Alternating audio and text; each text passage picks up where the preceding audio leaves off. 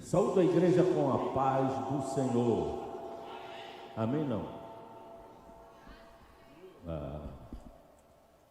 Outra vez. Saúdo a igreja com a paz do Senhor. Amém. Agora sim, amém. Que bom. Louvo a Deus, em nome de Jesus. Estou aqui com Glorinha. Conhecem a Glorinha? Já? Ali, ela ali. Glorinha, o pessoal quer te ver. Fica de pé um pouquinho. Glorinha obedece o seu marido. Ela é dura na queda. Olha lá, ela ali, ó. Glorinha é a minha seminarista. Daqui uns dias vai receber o cajado. Está lá às voltas com o TCC, Trauma Coletivo Familiar, que envolve toda a família. E graças a Deus estamos aqui. Sou eu que estou rouco ou é o grave que está muito acentuado? É o grave, né? Alguém deve estar controlando aí a mesa para jogar aí tirar o médio e irmos para o Oriente Médio. É para onde nós vamos. Rondinelli, obrigado, viu, querido, pelo teu carinho. Rondinelli aqui é o meu refúgio. Rondinelli, socorro, está sempre pronto. Isso aqui porque o P2 está meio defeituoso. Aí eu tenho essa interface. Porque num determinado momento eu vou precisar de áudio, tá? Então tá bom. Acho que é isso aí. Deixa eu ver aqui se eu tenho algum cabinho. Isso aqui é o meu passador. Cadê o passador? Está aqui. Liga o passador para mim. Eu devo ter algum cabinho aqui. Jorge, Rondinelli, agora é contigo. Deixa eu ver se eu me acho aqui. Porque acordamos cedo, mas até arrumar as coisas, Glorinha se pentear, fazer escova.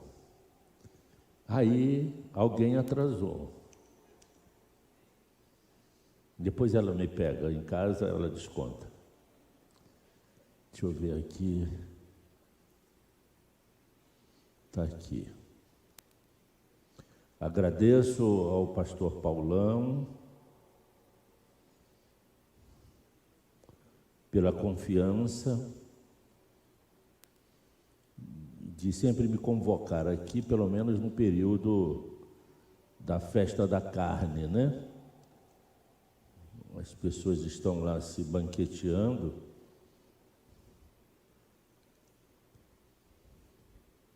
E nós aqui louvando a Deus através do estudo da sua palavra. Em todas as igrejas, invariavelmente, tem um grupo de irmãos que só prefere a cozinha. Só senta lá atrás. Aqui na frente tem vários lugares, inclusive para quem quer a vitamina D, tem sol. Eu queria ter acesso aos olhos de vocês todos. Aqui, olha, quantos lugares aqui na frente. Aí eu fico esticando o meu pescoço para tentar te enxergar lá atrás. Por favor, isso. Olha, eu vou agora soltar uma. As ovelhas ouvem e obedecem à voz do seu pastor. Olha aí as ovelhas. Agora tem uns que são duros. Mas, obrigado. Fiquem aqui pertinho de mim. Queridos, nós vamos manter o padrão. Normalmente, esse horário nas igrejas evangélicas é um horário de escola bíblica dominical. E nós vamos fazer aqui um estudo. Eu não vou falar em língua, não vou pular, não vou alterar o meu tom de voz. Nós vamos, nesse momento, todos nós, sermos reféns do texto bíblico. Nós não vamos ser reféns de revelações, de arrepios. A nossa mente, nosso coração, a nossa alma, agora vai estar presa, refém ao texto das Escrituras. Amém? Amém? Então, eu não vou falar nada que eu não esteja embasado, enquadrado na palavra de Deus. Para eu assumir um púlpito, eu temo e tremo diante de Deus no que diz respeito a pregar a sua palavra. Tem muitos por aí que pregam a palavra de Deus que ainda não entenderam a responsabilidade de um proclamador da palavra. A Bíblia diz, inclusive, que tem uma condenação para quem suprimir um caractere da palavra, um iode, um tio, um acento. Se eu tirar ou colocar, eu estou incorrendo num crime de pecado contra o Altíssimo. Olha isso. Com essa palavra introdutória, eu quero chamar a atenção dos irmãos, se me permite o termo, não é chamar a atenção, é despertar a todos nós, de que podemos louvar, podemos evangelizar, podemos visitar, podemos contribuir, dizimar, ofertar. A vida cristã é um lastro de atividade, mas na hora da palavra é investigá-la, comê-la como um pão. Jesus disse assim uma vez: eu sou o pão do céu. E quem é o pão? A palavra, porque Ele é a palavra que se fez carne. Então nós temos que comer a palavra. E Ele disse: quem comer de mim, olhe cá, de mim, jamais terá o quê? Fome. Amém? Amém? Quantos estão com fome aí? A padaria está ali. Mas o pão do alto, dos céus, está aqui. E é esse pão que nós teremos acesso nessa manhã. Ainda não estou projetando não, né? Ainda não. Tem aqui um pequeno problema. Enquanto isso, o Rondinelli está tentando resolver. A volta de Jesus. Tenho uma notícia extraordinária para vocês. Quantos querem ouvir? O arrebatamento está às portas. Gente, ninguém de vocês vão subir no arrebatamento. Todo mundo aqui vai ficar para encarar o anticristo. Amém? E por que vocês ficaram tão calados? Não se manifestaram com essa notícia? Vou dar novamente. O arrebatamento está às portas. Despertaram. Se você tiver entendimento da notícia que eu dei agora. O arrebatamento está para acontecer. Não há sinais para o arrebatamento em si. Sinais específicos. Os sinais para o arrebatamento estão acontecendo agora. É só olhar o mundo. E você deve entender o que o mundo está preparando para daqui a pouco. Não precisa ser teólogo, nem antropólogo, nem sociólogo, nem analista político, nem geopolítico, para entender que o mundo vai explodir. Será que é difícil de entender? Até os menos letrados, que as nações estão em convulsão? Será que é difícil entender que a natureza está em convulsão? Será que é difícil entender que até o clima, as estruturas ecossistêmicas se alteraram de maneira tão abrupta, tão rápida e tão violenta como nos últimos dias? Olhe, vou completar esse ano 70 anos, no mês de junho. Aceito o presente. Eu não me lembro de ter vivido, nesses 70 anos, um calor como eu estou vivendo nesses dias. Esse fenômeno aconteceu perto disso, na França, em 2014, parece, e os primeiros a morrer foram os velhinhos.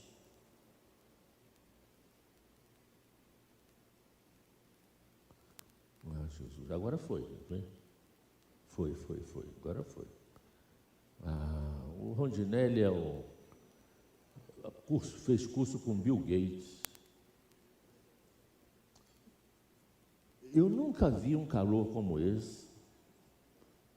Todos sentiram isso? Estamos passando por isso. Antigamente, no mês de junho, quando eu fazia aniversário, mamãe, não é? Que não era católica ferrenha não, mas tinha aquela tradição, fazia fogueira, assava milho, batata doce, botava bandeirinha de festa junina, e soltava balão, e cantava, cai, cai, balão, cai, cai, balão. Lembram? Quantos lembram? Isso da minha infância era assim.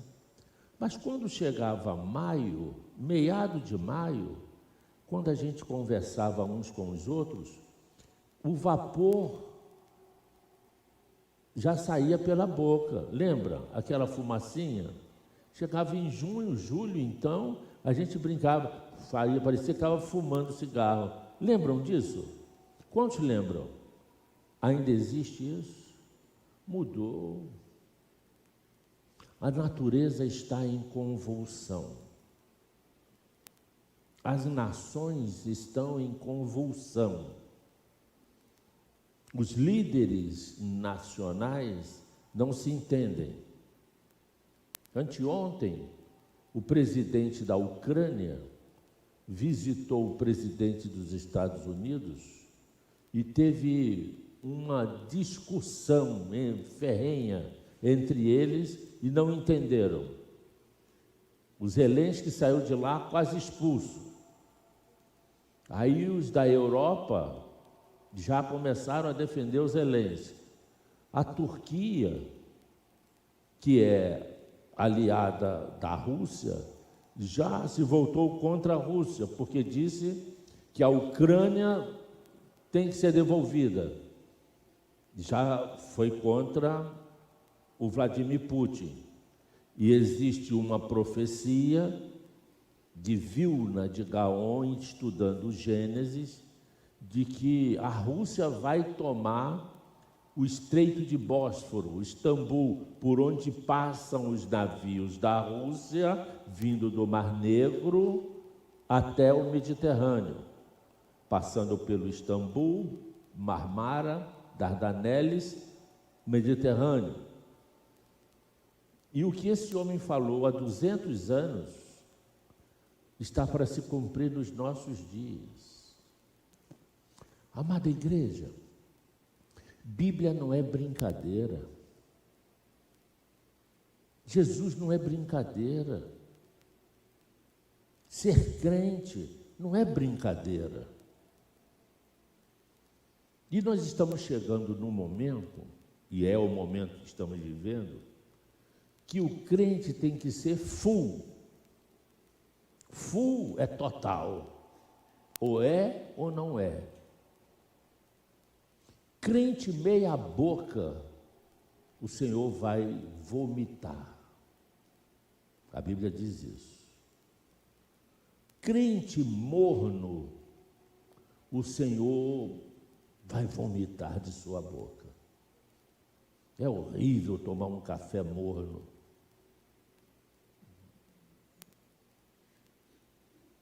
Frio, fraco e fedorento. É o café com 3 Fs.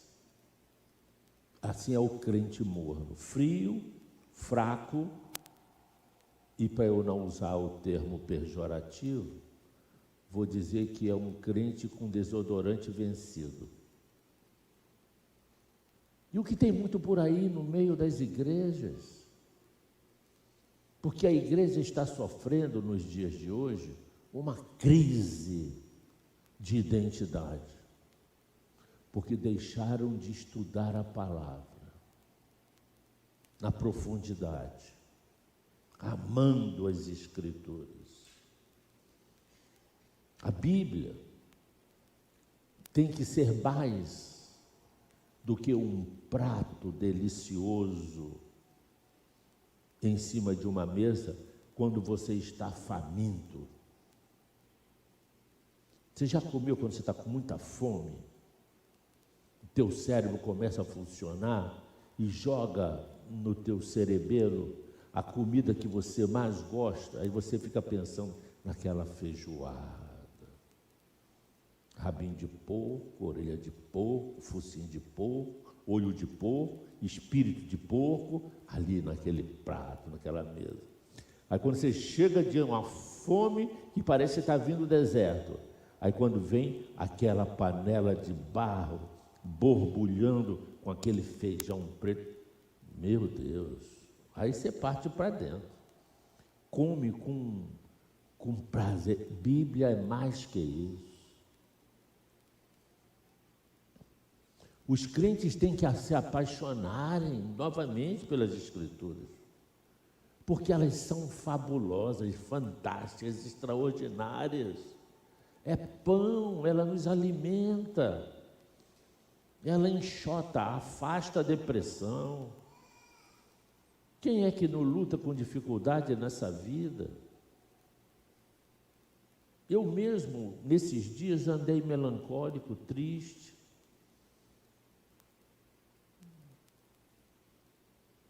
Porque percebo que as igrejas, e eu não falo da igreja, mas eu falo de alguns líderes, e a maioria não querem saber de ensinar as Escrituras ao seu povo.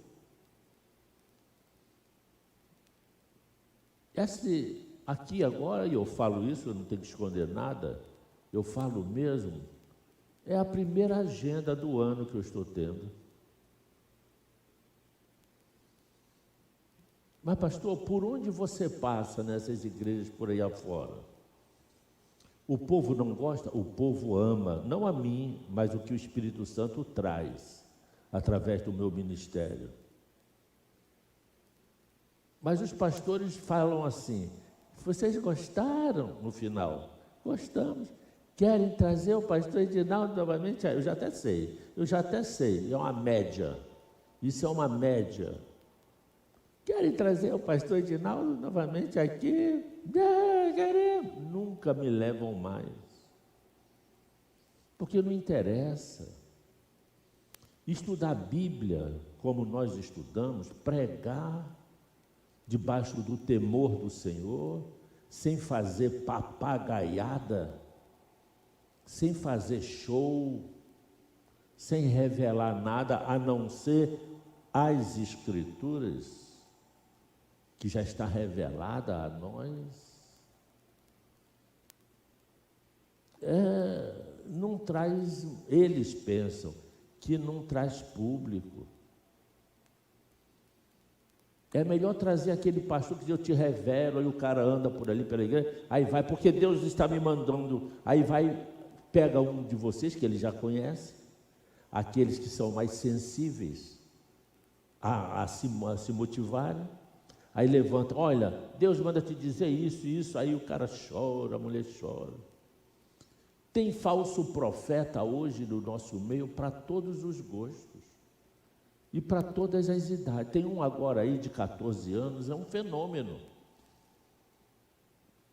É um herético, é um embuste com 14 anos. Como é que eu vou pegar um garoto de 14 anos e vou dizer assim, você é um desavergonhado, você é um falso profeta, você é um embusteiro, é um enganador, é um vendilhão do templo, é um mercadejador da fé. A vontade era falar isso na cara dele e de outros. Tem uns outros aí que também fazem a mesma coisa. Já existe uma casta de pseudos pastores que estão fazendo isso. E esse menino fala, eu não sou pregador, eu sou profeta. Que profeta? O profetismo terminou com João, no Antigo Testamento com Malaquias, e com o Novo Testamento e com o próprio Jesus, que profetizou o que vai acontecer através do livro do Apocalipse. Acabou profeta. Ah, mas Deus fala com a gente. Claro, Deus está dentro de nós. Como é que não vai falar conosco? Mas o que estão fazendo disso é manipulação para encher bolsos de dinheiro, para enganar os bestas, os nécios. É fácil tirar dinheiro dos crentes através de pataquadas como essas. E a palavra fica em segundo, terceiro plano, quarto plano, e nem entra a palavra. Eu pedi ao pastor Paulão, meu filho, me ajuda aí. Eu fiz um estudo para domingo de manhã. Eu vou precisar no mínimo 2 horas, porque é um estudo assim, ele só botou uma palavra, fechado. Eu falei, oh, glória a Deus. Agora já me ligou, Dinaldo, fala para o Vitor para dar a introdução, depois do louvor você entra, você vai precisar de 2 horas, ele lembrou, 2 horas. Eu já falei 1 minuto, aí eu ainda tenho 1h59.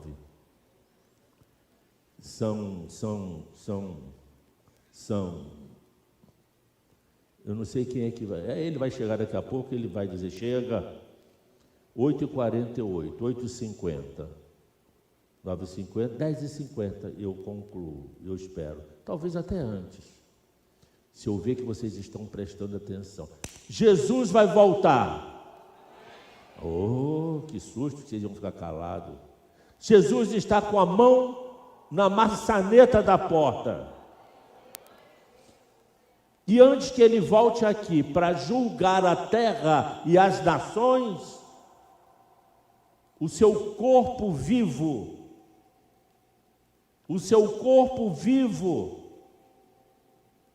quantos são corpos, quantos são membros do corpo vivo de Cristo aqui? Levante a mão.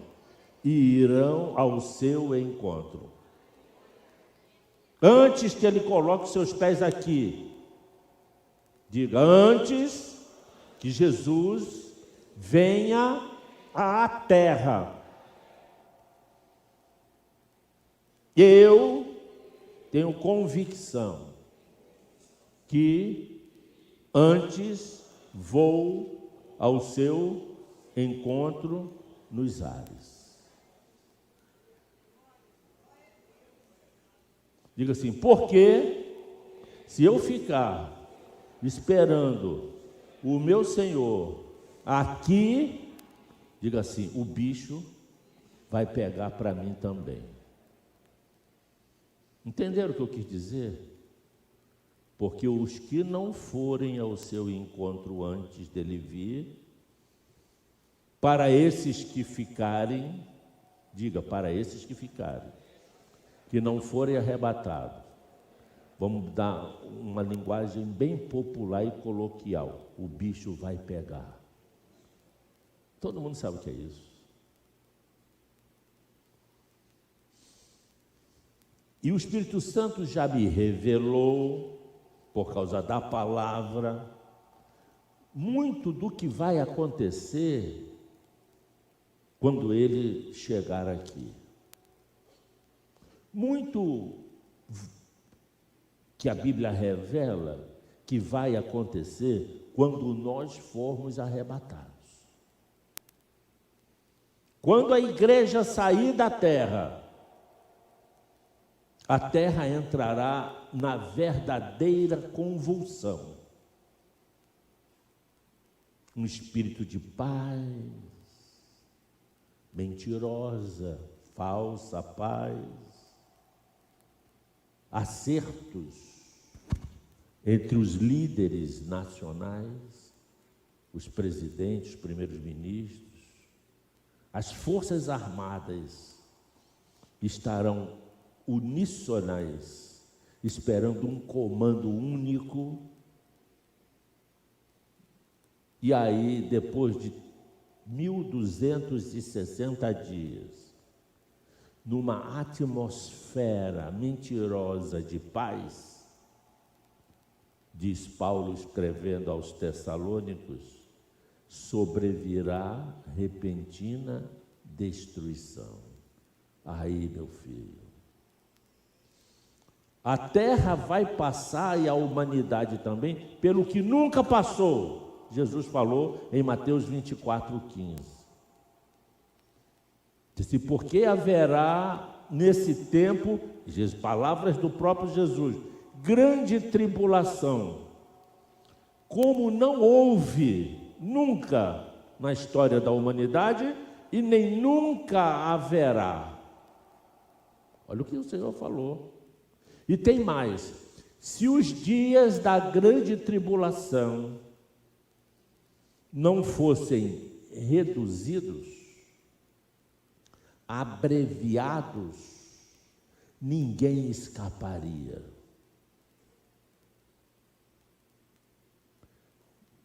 Porque a foice vai comer solta. Vai vir uma vidima.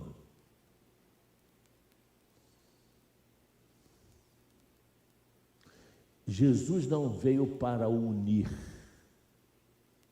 Isso é um erro teológico de muitos pastores. Jesus veio para separar joio,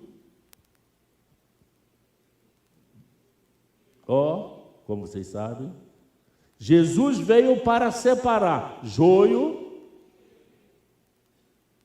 ovelhas de bodes.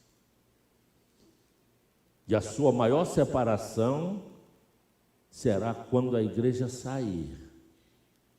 Os processos de julgamento começaram a acontecer.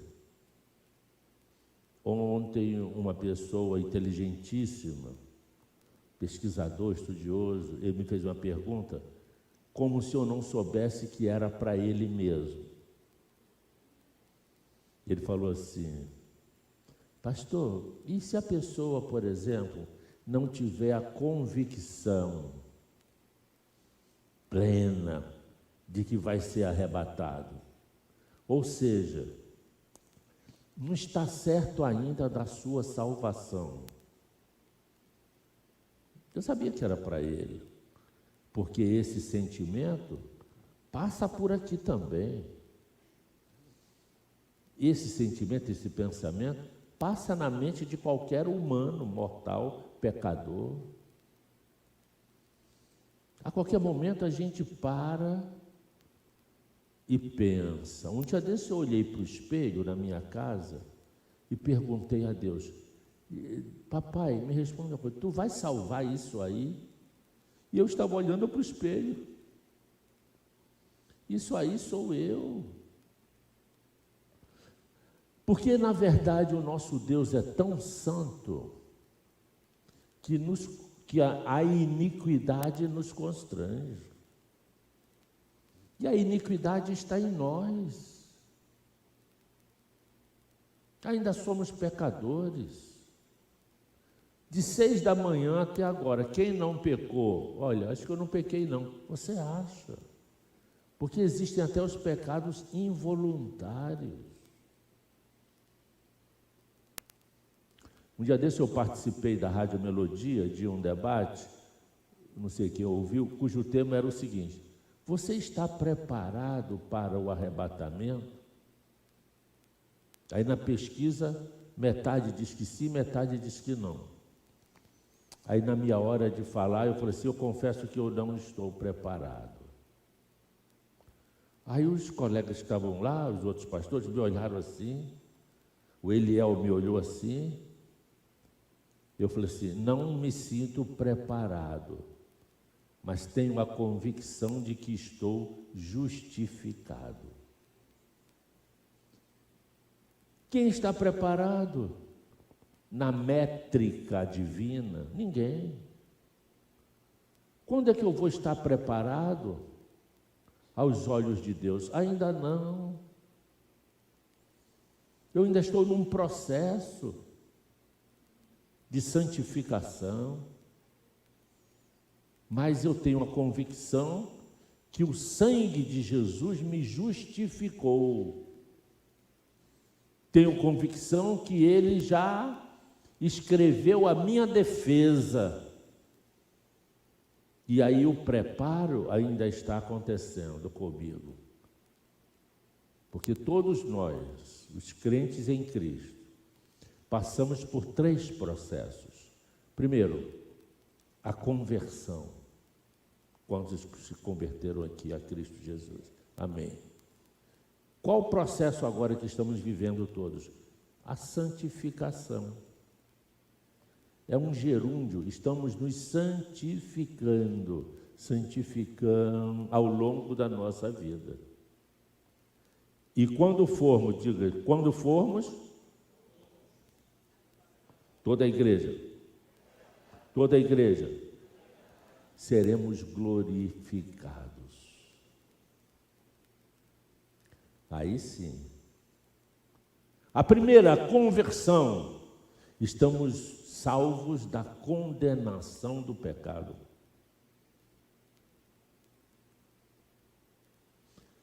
Segundo, a santificação. Estamos salvos da influência do pecado. Embora ainda esteja acontecendo isso. E terceiro, a glorificação. Estamos isentos da presença do pecado. É um processo. Amém até aí? Amém ou não amém? Jesus está às portas. Eu não gosto de usar o termo voltando, porque dá a impressão que vai demorar muito, e não vai. Jesus está com a mão nas maçanetas. E a qualquer momento a trombeta de Israel vai soar. E o Senhor vai nos levar daqui. E depois, diga depois, passados 7 anos na terra, Ele volta. Com quem?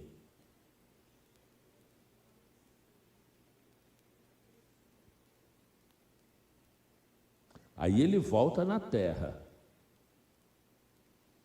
Primeiro nós vamos encontrá-lo nos ares, com propósitos, 2 em especial. E aqui na terra passam-se 7 anos. Aí Ele vem. Momento em que todo olho o verá. Ele vem na terra. Com quem?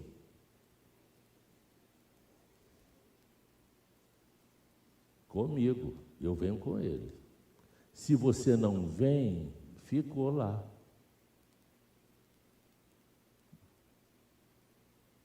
Se você não vem, é porque você nem foi. Porque tem muitos que não irão, morrerão e não ressuscitarão até Ele cumprir o que vai vir fazer aqui na terra, reinar os 1000 anos.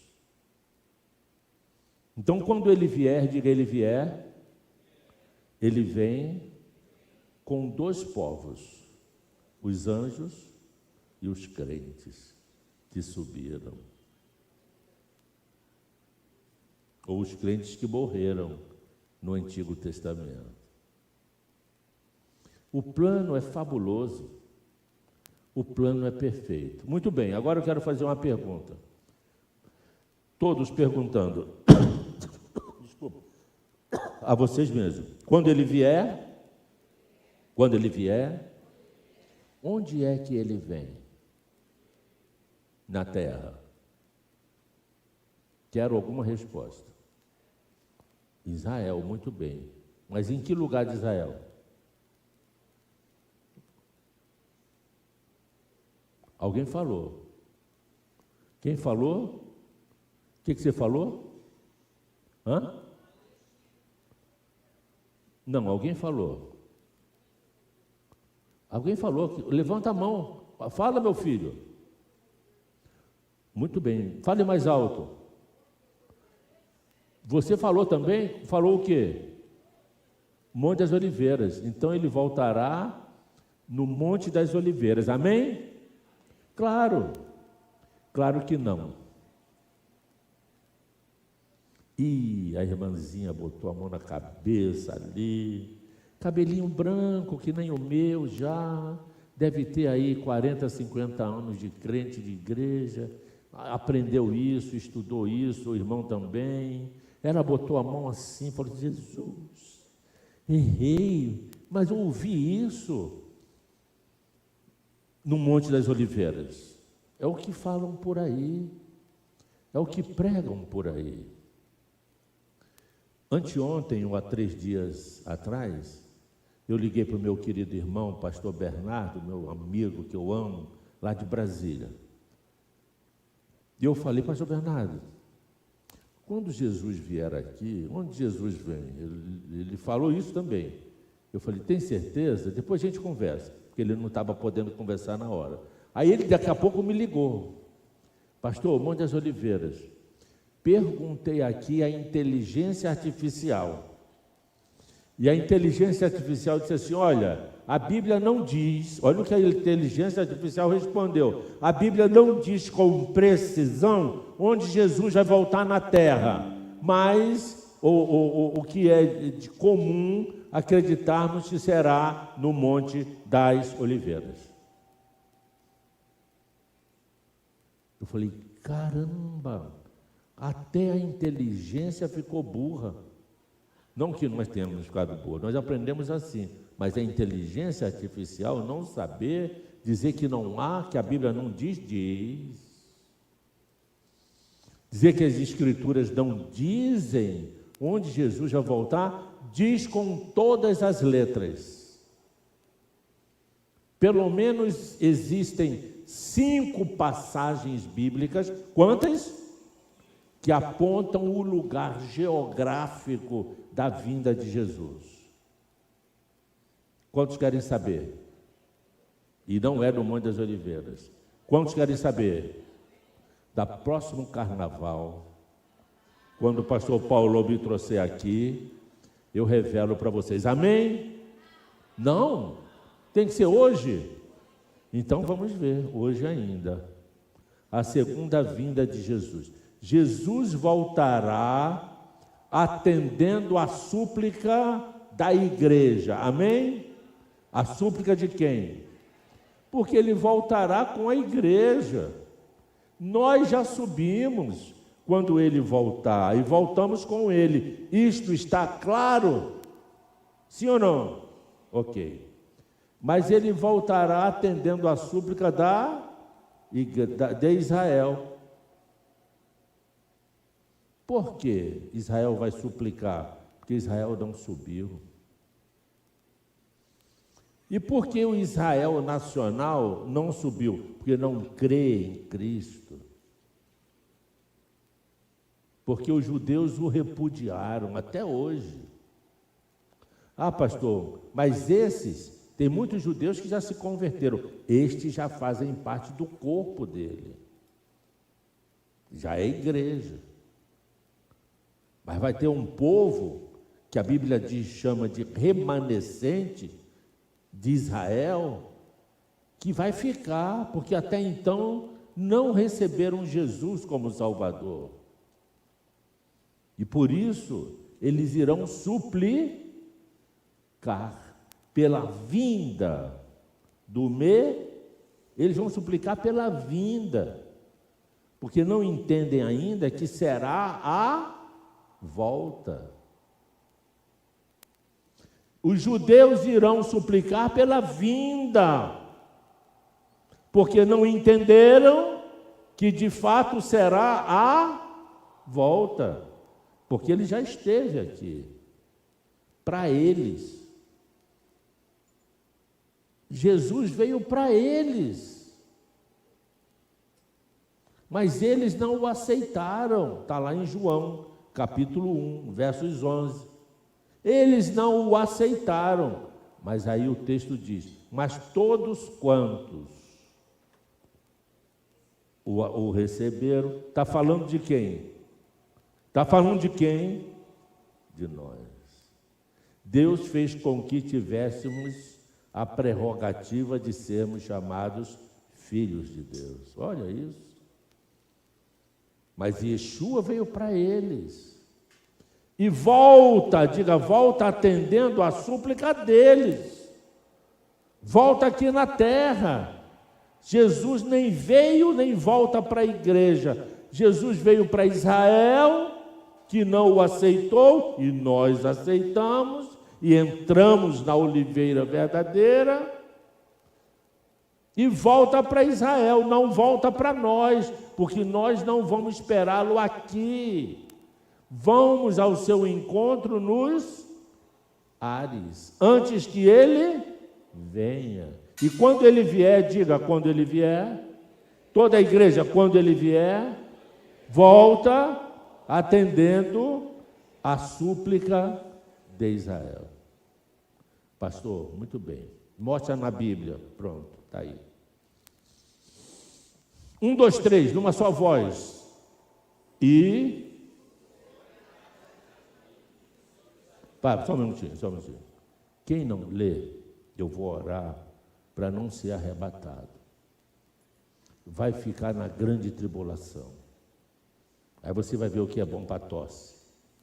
É um prazer, é algo divino, é maravilhoso, é alimentador. Lê a palavra de Deus, buscando entender o texto. Isso é profético, isso é maravilhoso. Vamos lá, 1, 2, 3. E sobre a casa de Davi derramarei, olha a súplica, olharão para a quem pranteá-lo-ão e chorarão. Quem é esse povo? A casa de Davi. E quem é esse povo que vai chorar suplicando a volta dele, a vinda dele? Os habitantes de Jerusalém. Nesse momento, Jerusalém estará debaixo de ataque. De um ataque tão feroz. E esse ataque será comandado pelo próprio anticristo, em Armagedon. E quando o anticristo atacar Jerusalém, e no entorno de Jerusalém, Tel Aviv, Belém, Samaria, o profeta Zacarias diz que 2/3, diga 2/3, 2/3 irão perecer. O anticristo vai matar 2/3 de judeus, de israelitas. Sobra quanto? Sobra quanto? 1/3. Ele salva 1/3. Quem são esses 1/3? os quebrantados de coração, os mais humildes.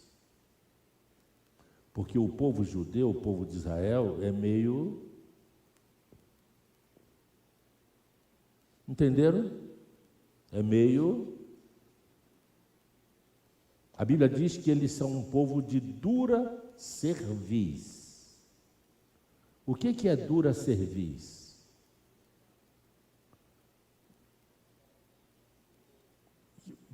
Mamãe dizia assim, Dino, meu nome era Dino quando eu era pequeno, vá lá no seu Jorge, no açougueiro, e diga que eu quero 1 quilo dessa carne.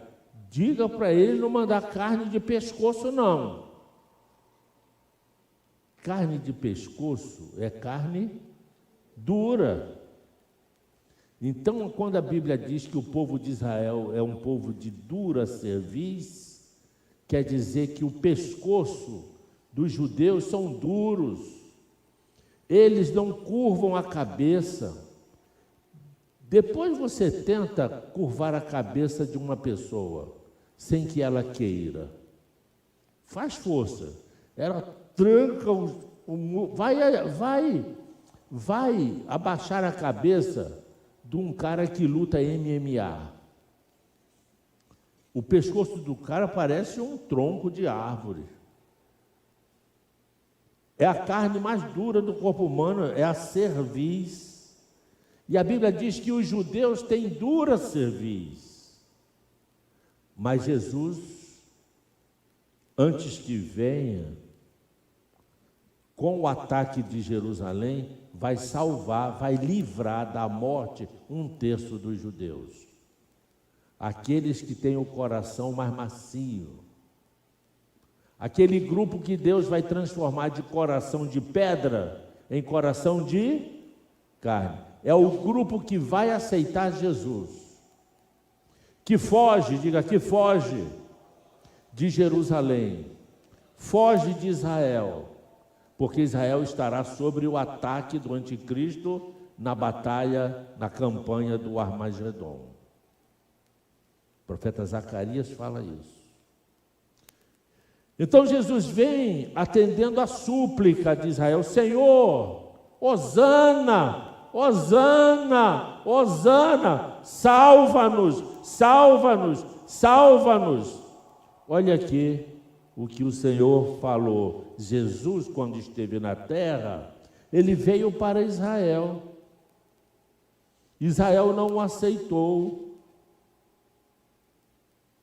Jesus olhou do Monte das Oliveiras para a cidade de Jerusalém, que dá para ver 1 quilômetro de distância, e do monte dá para ver a cidade. E ele falou assim: ah, Jerusalém, Jerusalém, que mata os teus profetas.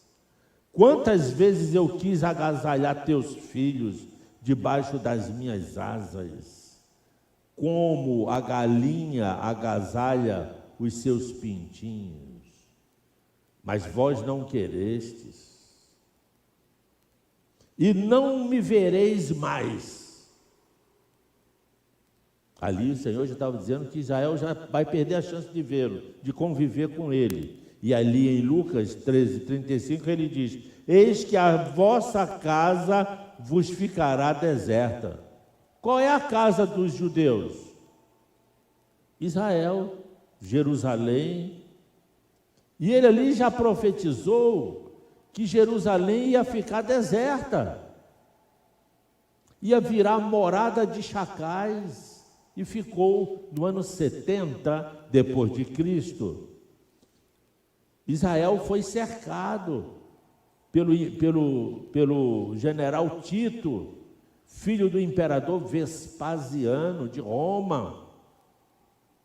E Jerusalém caiu, foi saqueada, queimada, o templo destruído, os sacerdotes mortos, os levitas também. 1.198.000 pessoas morreram. 110.000 cadáveres foram arremessados por cima dos muros da cidade de Jerusalém. Era a época da Páscoa do ano 70 depois de Cristo. A cidade estava lotada. O historiador Flávio Josefo diz que até às 11 horas da manhã, 255 mil cordeirinhos já tinham sido imolados, sacrificados no sacrifício pascal. E a conta que se faz é que um cordeiro serviria para 10 pessoas. 10 multiplicado por 255 mil, 2.500.000. Fora os que estavam do lado de fora do muro, os leprosos e os que tinham doenças venéreas, que não podiam entrar na cidade. E aí Tito cerca Jerusalém. Durante quase 6 meses, uma guerra feroz e sangrenta. Os judeus que tentavam fugir eram capturados e pendurados nas árvores, que eram cortadas e feitas de postes para pendurar os judeus, betumá-los com piche com betume e tocar fogo. As vielas no entorno da rua da cidade de Jerusalém eram todas iluminadas à noite, quando os corpos dos judeus eram incendiados nesses postes. Uma tragédia, uma carnificina. Aí Jesus falou isso: a vossa casa vos ficará deserta. Lucas 13:35, está aí no telão. Em verdade vos digo, falando para eles, não mais me vereis. Diga, não mais me vereis. Ele já estava se despedindo. Até que venhais. Não, ele está dizendo, os judeus não me verão nunca mais. É esse o texto? Ele diz, não mais me vereis até. Isso significa dizer o quê? Que eles voltarão a vê-lo. Não mais me vereis até que venhais a dizer, Baruch Rabá Beshem Adonai, em hebraico, que quer dizer, bendito o que vem em nome do Senhor. Você já pensou? Quem é que vem em nome do Senhor? Yeshua. E eles irão clamar, irão abençoá-lo e dizer assim, bendito é o que vem, o carpinteiro vem. Primeiro eles não queriam um carpinteiro, que era um pobretão, mas agora eles vão suplicar pelo carpinteiro, porque só o carpinteiro, diga só o carpinteiro, e Yeshua HaMashiach poderá salvá-los. Então Jesus vem atendendo a súplica de Israel. Ele vem aonde? Essa fotografia, está dando para ver bem? Esse é um telão magnífico. Está dando para ver bem? É o Monte das Oliveiras, hoje, lá em Israel. Olha lá em cima. Estão vendo as árvores lá em cima? Ali são as oliveiras centenárias.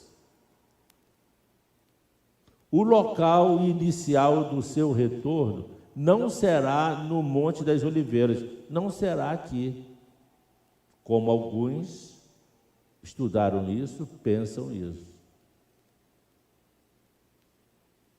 Veja, não quer dizer que ele não venha aqui. Ele vem aqui, no Monte das Oliveiras. Mas ele só vai pôr os pés no Monte das Oliveiras na sua última parada, no seu último estágio. Primeiro, ele não vem aqui no Monte das Oliveiras, ele vem num lugar conhecido como, leiam, toda a igreja. Toda a igreja. Se você fala o mecanismo cerebral te ajuda a memorizar, você sabia? Porque você se lê, só lê, Mas quando você fala e ouve. Jesus não vem no Monte das Oliveiras, vem num lugar conhecido como Bosra.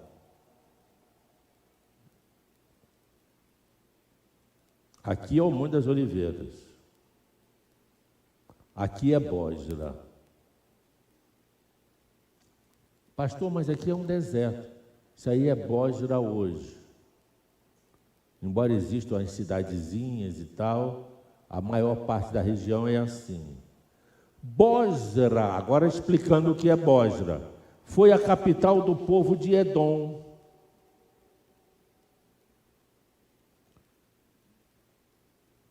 Edom. Quem criou Edom, desenvolveu Edom? Um dos filhos de Israel, Esaú.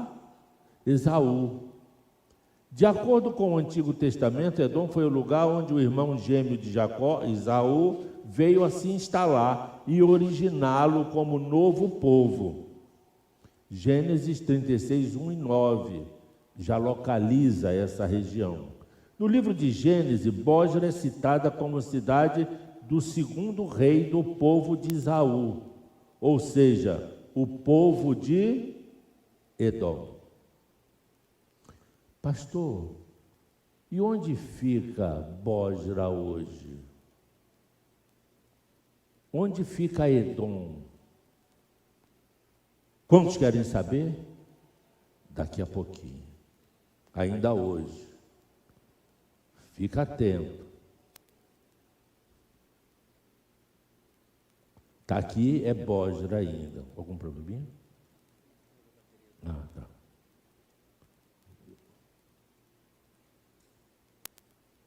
Ok? Bosra, suas ruínas, conforme foto desta página,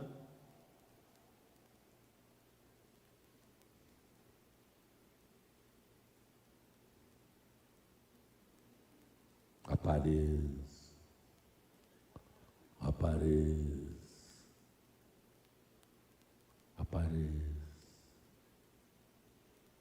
Está funcionando muito.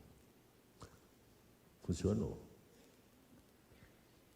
Suas ruínas, conforme a foto desta página, são de uma povoação, segundo a arqueologia, por volta de 2.700 a 2.900, ou seja, 900 a 700 antes de Cristo.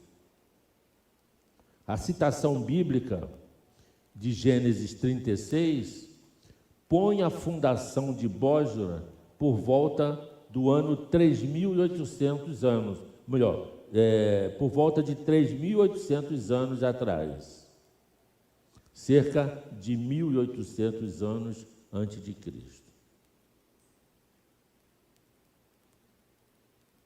Bosra, que era uma cidade em Edom, hoje é uma pequena cidade da onde? Da onde? Pronto. Já descobrimos por onde Jesus vem, pela Jordânia, que fica ao lado de Israel, depois do Mar Morto. Hoje é uma pequena cidade da Jordânia chamada Buzeirá. O Edom era uma terra antiga que fazia fronteira com o antigo Israel. O atual Edom é o sudoeste da Jordânia, entre o Mar Morto e o Golfo de Acaba. Bosra era uma cidade pastoral no sul do Mar Morto, em Edom. O significado de Bosra é o quê? Ou pasto. Pasto ou curral de o quê? De ovelhas, ou aprisco de ovelhas. Que nome apropriado, hein? Eu já vou antecipar aqui, para ficar fácil o entendimento.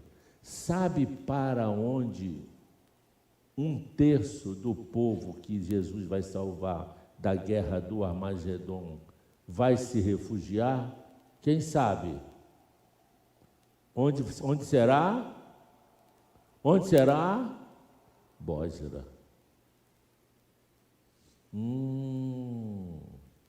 Agora eu estou entendendo. Porque Jesus primeiro não vai no Monte das Oliveiras.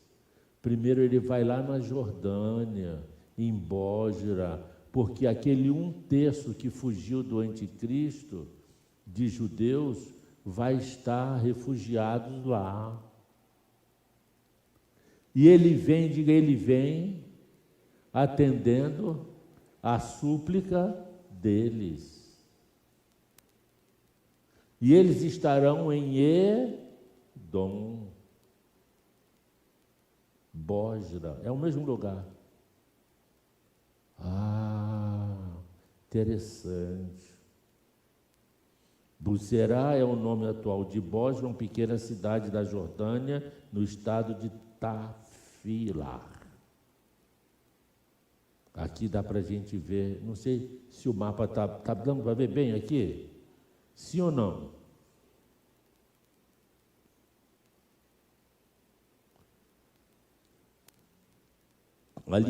Ali tem as duas principais tribos de Israel, Efraim e Judá, estão destacados. Se eu passar... não, deixa eu ver se eu...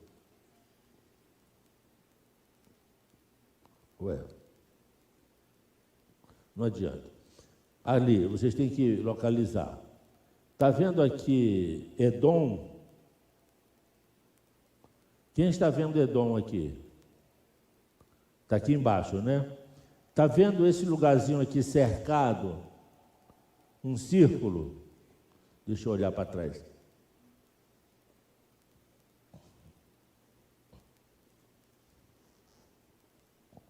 Está dando para ver. É por isso que eu peço para o pessoal vir para frente. Está dando para ver aqui o Bósra? Lá atrás.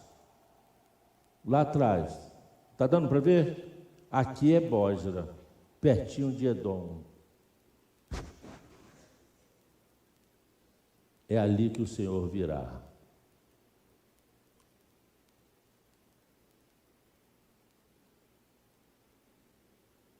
Bósra.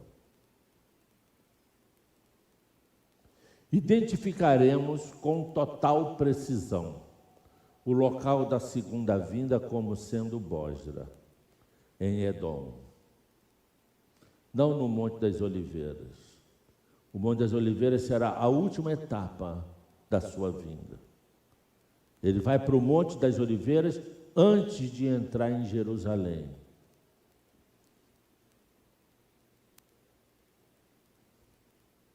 Cinco passagens chaves identificam o local da segunda vinda de Jesus Cristo como sendo Bósra. A primeira passagem, Isaías 34, de 1 a 7. Abra isso, pega sua cadernetinha, sua Bíblia, vai riscando na Bíblia. É escola bíblica, é um aprendizado. Vamos ver a passagem de Isaías 34, 1, 7, o que ela fala.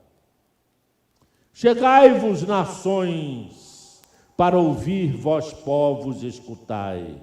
Ouça a terra e a sua plenitude, o mundo e tudo quanto produz. Agora, olha isso, está gravado em negrito. Porque a indignação do Senhor está sobre todas as nações, e o seu furor sobre todo o exército delas. Ele as destruiu totalmente, entregou-as à matança. Gente, é maravilhoso estudar a Bíblia, é maravilhoso. O furor de Jesus, ele vem no furor sobre todo o exército delas. Delas quem? Delas quem? Delas quem, igreja?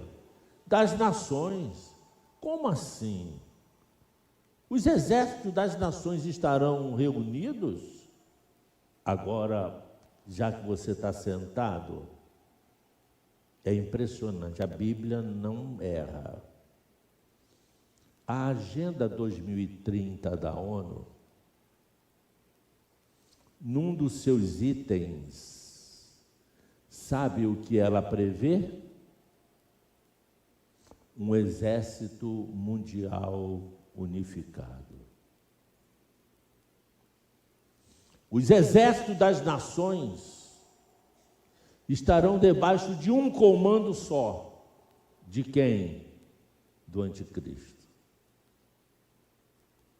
O anticristo vai se reunir em Asdrealon, lá no sopé do Monte Carmelo, num lugar em hebraico chamado Armagedon. Eu estive lá. Tem até uma foto aqui em outra. E de lá, do Monte Carmelo, a gente olha aquela vastidão ainda deserta. Será ali que o anticristo irá reunir suas tropas, exército de todas as nações. O Brasil vai enviar tropas. O Uruguai, o Paraguai, o Chile, a Venezuela, a Inglaterra, a França, os Estados Unidos mandarão tropas para aquele lugar. E dali o anticristo desce contra Jerusalém e faz guerra contra Jerusalém, mata 2/3 dos judeus de Israel e fica sabendo que 1/3 escapuliu, escapou, fugiu. Para onde, igreja? Para onde, igreja? Aí ele vai ao encalço com os exércitos. Igreja, onde fica a Bósnia? Na Jordânia. Repetindo, porque a indignação do Senhor, ele vem julgar a terra. Quer ficar aqui? Ou você quer ser arrebatado antes? Nós veremos isso, os que estiverem vivos com o Senhor. Mas não pegaremos em armas, nem os anjos, nem a igreja. Nós vamos ver isso no final do estudo. A partir aqui do versículo. E os seus mortos serão arremessados, e dos seus cadáveres subirá o mau cheiro, e os montes se derreterão com o seu sangue, e todo o exército dos céus se dissolverá. Sabe quais são os exércitos dos céus? Equipamentos tecnológicos. Satélites, drones, caças, aviões, helicópteros que serão usados, se dissolverão. E os céus se enrolarão como um livro, e todo o seu exército cairá, como cai folha da vide, como cai o figo da figueira. Porque a minha espada se embriagou nos céus, eis que sobre Edom descerá. Bósra fica em Edom. E sobre o povo do meu anátema, para exercer juízo. O povo da minha maldição, que está ali para destruir a semente de Israel.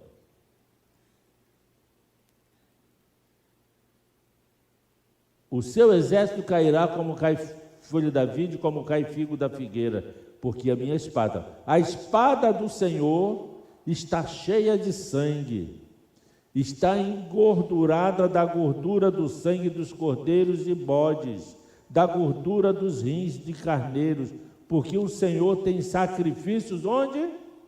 Em Bósra, e grande matança na terra de Edom. Os bois selvagens cairão com eles, os bezerros com os touros, e sua terra embriagar-se-á de sangue até se fartar, e o seu pó engrossará como a gordura, com a gordura. Gente, as pessoas pensam que Jesus é amor. Quantos creem que Jesus é amor? Mas também é justiça. A Bíblia diz que o dia da vingança está no coração dele. Porque a escola de samba fulana de tal vai escarnecer da figura de Jesus na Marquês do Sapucaí. Deixa. Deus fez homem e mulher, o homem agora quer perverter essa ordem. Deixa. Deus diz para nós amarmos ao próximo como a nós mesmos, nós odiamos o próximo. Deixa. O pecado na terra hoje não tem limites. Deixa. Deus é aquele menino que solta a pipa. A pipa é a humanidade. Deus é o menino que está soltando a pipa. E a linha é o tempo. E Deus está dando linha. Mas o seu carretel vai acabar. A sua paciência. Aí ele começa a puxar a pipa. É o tempo do juízo. O juízo de Deus será dramático. Muito mais dramático do que eu queira fazer parecer. Eu sou um estudioso e um pesquisador. Eu sei o que a humanidade já preparou e sei que isso vai ser desfechado. A grande tribulação, quando isso vai acontecer, tem duas origens. Uma origem humana, quando o homem vai atirar no seu próprio pé, as bombas atômicas serão usadas, e também a origem divina, quando o próprio Deus vai sacudir os céus contra a terra. Na segunda passagem é dada em Isaías 63, 1 e 6. Nessa, então, fica muito claro. Esse texto é tão interessante que é um texto, uma profecia de pergunta e resposta. O profeta pergunta e pensa quem responde. Alguém pode pensar? O profeta Isaías pergunta e quem responde? Jesus. Pergunta, resposta. Pergunta, resposta. Olha a pergunta. A pergunta, leiam comigo, na sua voz, bem alto. 1, 2, 3.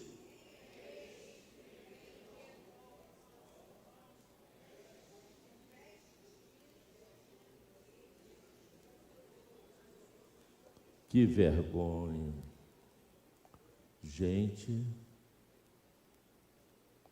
se eu fosse professor e vocês fossem crianças, estava todo mundo sem recreio. Como é que você lê um texto desse, falando do lugar que Jesus vai voltar, com esse ânimo? Não é possível, igreja. Leia com alma. Quando você lê, você memoriza. Olha a pergunta do profeta. Eu pergunto e depois vocês respondem. Quem é este que vem de Edom e de Bosra, com vestes, tintas, este que é glorioso na sua vestidura? Ou seja, ele tem roupas de rei.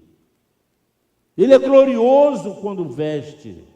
que marcha na plenitude da sua força. Ih, rapaz, agora ele não vem como um pobretão lá do Oriente Médio, não. Agora ele vem na plenitude da sua força. O profeta faz essa pergunta, olha a resposta. Olha a resposta. Quem responde? Sou que falo em poderoso para... Quem é que fala em justiça? É o Supremo Tribunal Federal do Brasil?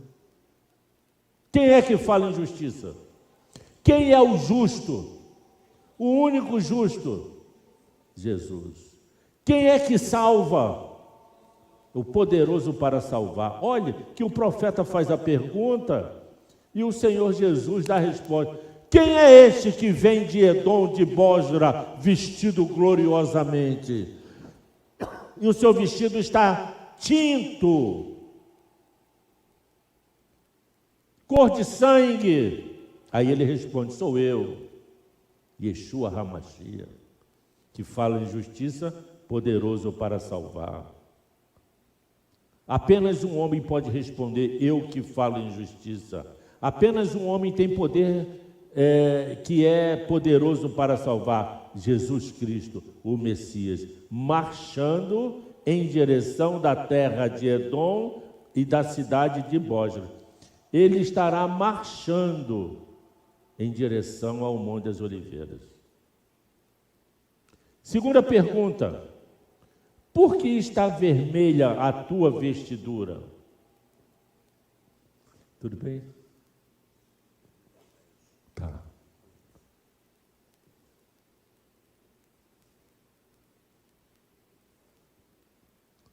Por que está vermelha a tua vestidura? E as tuas roupas, como as daquele que pisa no lagar. Quem sabe o que é um lagar? O lagar é uma alvenaria, baixinho assim, onde se coloca as uvas para as pessoas pisarem e fazer o quê? O vinho. A pergunta do profeta é essa. Por que as suas roupas estão vermelhas? Porque a pessoa que pisa no lagar, as uvas salpicam a cor das uvas, que é vermelha. A pergunta do profeta, ele está com a roupa manchada de tinto. Ele pergunta, aí olha a resposta de Jesus. Eu sozinho, mas nós não vamos voltar com ele? E os anjos também? Interessante, né? Olha o que ele diz, eu sozinho pisei no lagar, e dos povos ninguém houve comigo. Eu os pisei na minha, e os esmaguei no meu, o seu sangue salpicou as minhas, e manchei todas as minhas. Uva não tem sangue, mas ele já fala do sangue. Porque o dia da vingança estava no meu coração. Olha a resposta de Jesus. E no ano dos meus redimidos é chegado. Quem são os redimidos? O remanescente fiel que está fugido lá em Edom, de Israel. E olhei e não havia quem me ajudasse, e admirei-me de não haver quem me sustivesse. Por isso o meu braço me trouxe a salvação, e o meu furor me susteve. E atropelei os povos na minha, e os embriaguei no meu, e a sua força derrubei por... Aqui em outra tradução, dizia, o seu sangue derramei por terra. Viram a resposta de Jesus? Ele vem por onde? Edom, Bósra.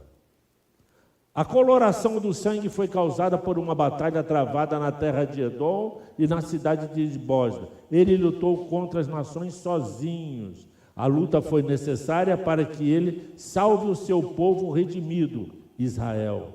Versículo 4. Ele lutou sozinho e não havia para ajudá-lo. Deus, na terceira passagem, eu falei 5, está na terceira, é de Abacuque 3:3. Olha o texto. Deus veio a Temã, do monte de Parã, a sua glória cobriu os céus, e a terra encheu-se do seu louvor. Sabe onde é Terã e o Monte Parã? No entorno de Bósra. Está aqui o mapa. Eu não sei se vai dar para vocês verem. Está vendo ali Bósra? Está vendo? Edom? Naquela lista pretinha apontando, ali é Temã, atual Maã, na Jordânia. Está ali. A Bíblia fala em várias passagens, para não deixar dúvida. Vamos lá, está aqui, outro mapa, está ali bem grande do lado de cá, Edom.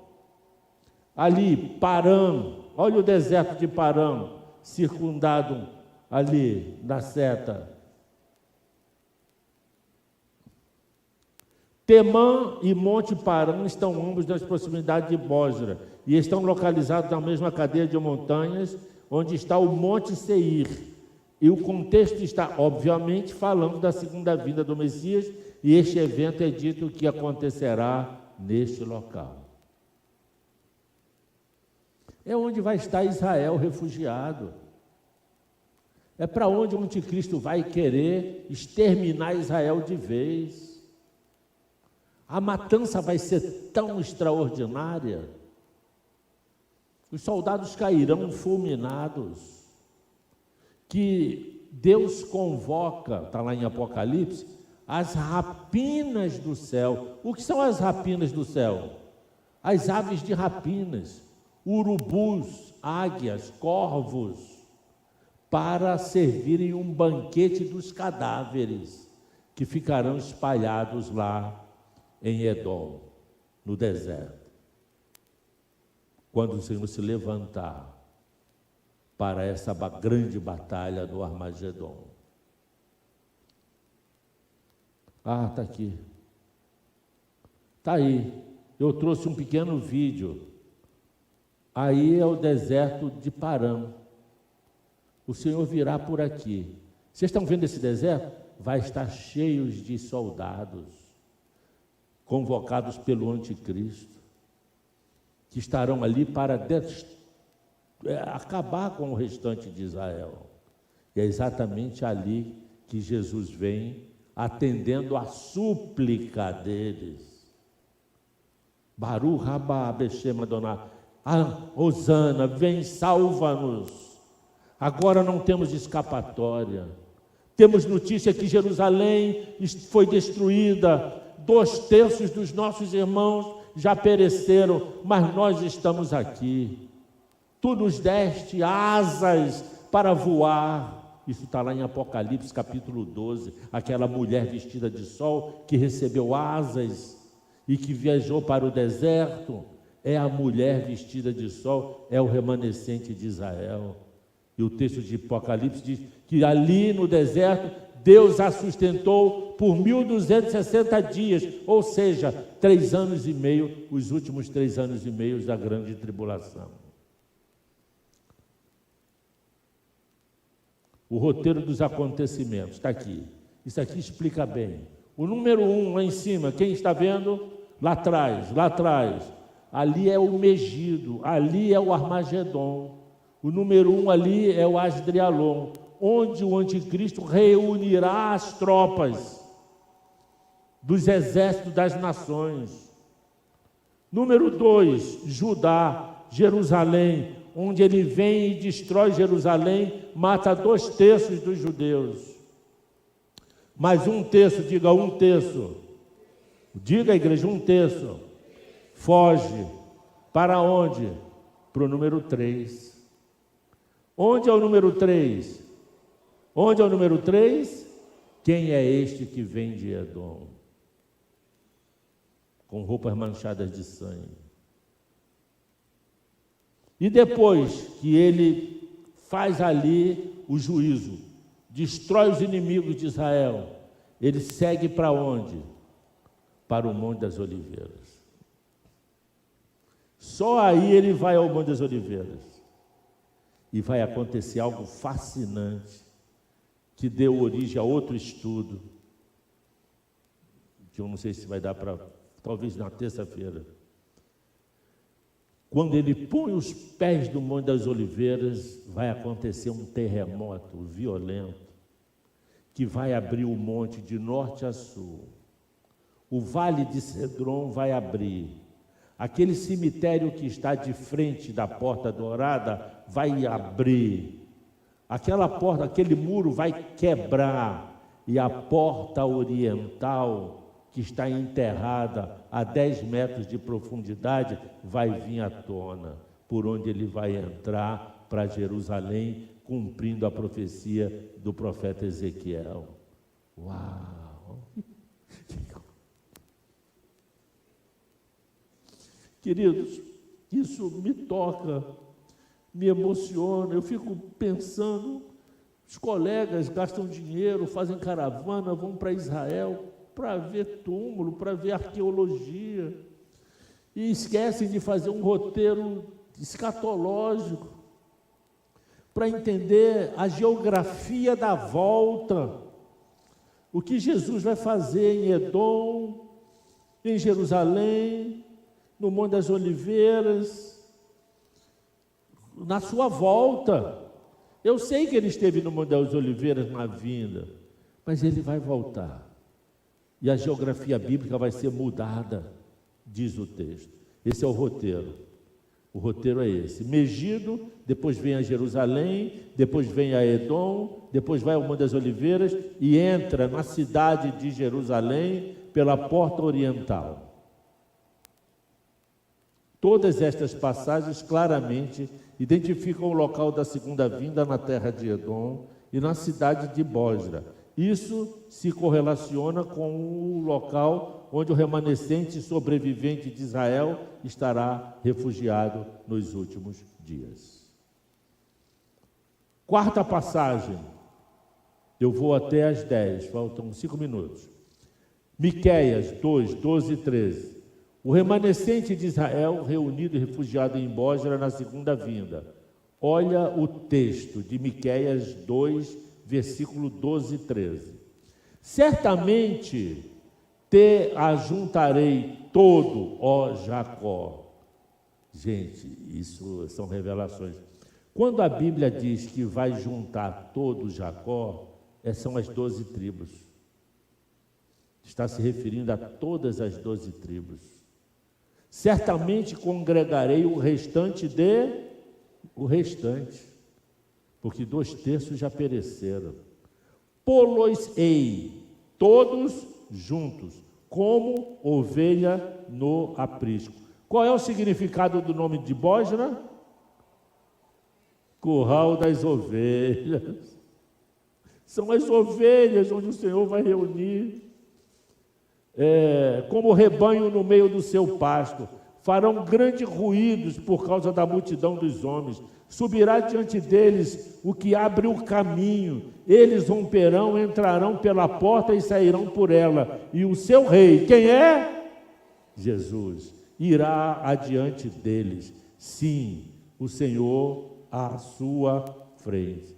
Ele vai capitanear o remanescente fiel salvo. Depois que eles olharem para ele, diga, olharem para ele, verem os seus cravos e falarão para ele, rendidos, Baruch Rabá, Beshem Adonai, bendito é o que vem em nome do Senhor. Você já pensou os judeus falando isso para o carpinteiro de Nazaré, aquele homem pobre, tosco, que andava ali pelas montanhas da Judéia, pela Galileia dos gentios, e eles repudiaram? Quem é este aí? É o rei de Israel. Tem dinheiro? Tem não. Tem família tradicional? Não. Tem exército? Tem não. O que ele tem? Tem 12 malucos atrás dele, que andam falando Hosana, Hosana. E é esse que quer ser o rei de Israel? Nós queremos um rei poderoso, com exércitos, com tropas, com riquezas, com tradição, para livrar Israel da matança de Roma. Não esse famigerado aí, esse carpinteiro. Mata ele!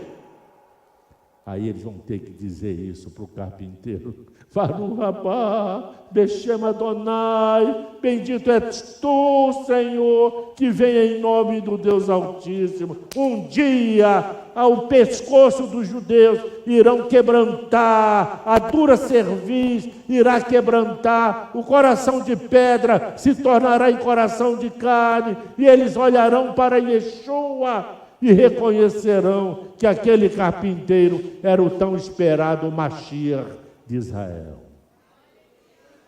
Isso lá em Edom, na Jordânia. Israel entra no milênio com Cristo e com a igreja, como a nação superintendente do reino.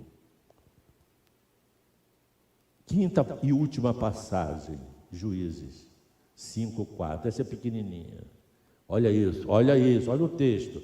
Saindo tu, ó Senhor, de Seir, marchando desde o campo de Edom, a terra estremeceu e os céus gotejaram, sim, até as nuvens gotejaram águas. Os montes vacilaram diante do Senhor e até o Sinai diante do Senhor, Deus de Israel.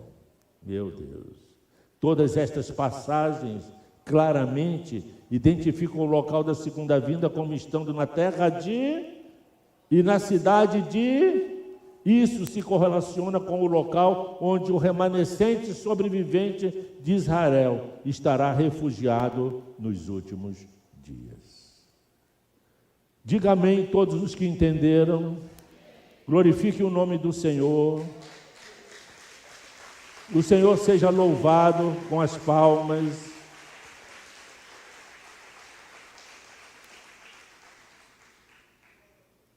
Ainda tem umas coisinhas, mas isso eu não sei se eu vou falar à noite, ou se à noite nós vamos falar sobre o Apocalipse 17. O Papa Francisco está doente. Existem boatos na imprensa que ele possa vir a óbito. O Apocalipse fala do 8º rei, que será o falso profeta. Quem é o 8º rei? À noite saberemos. Amém. Glória a Deus.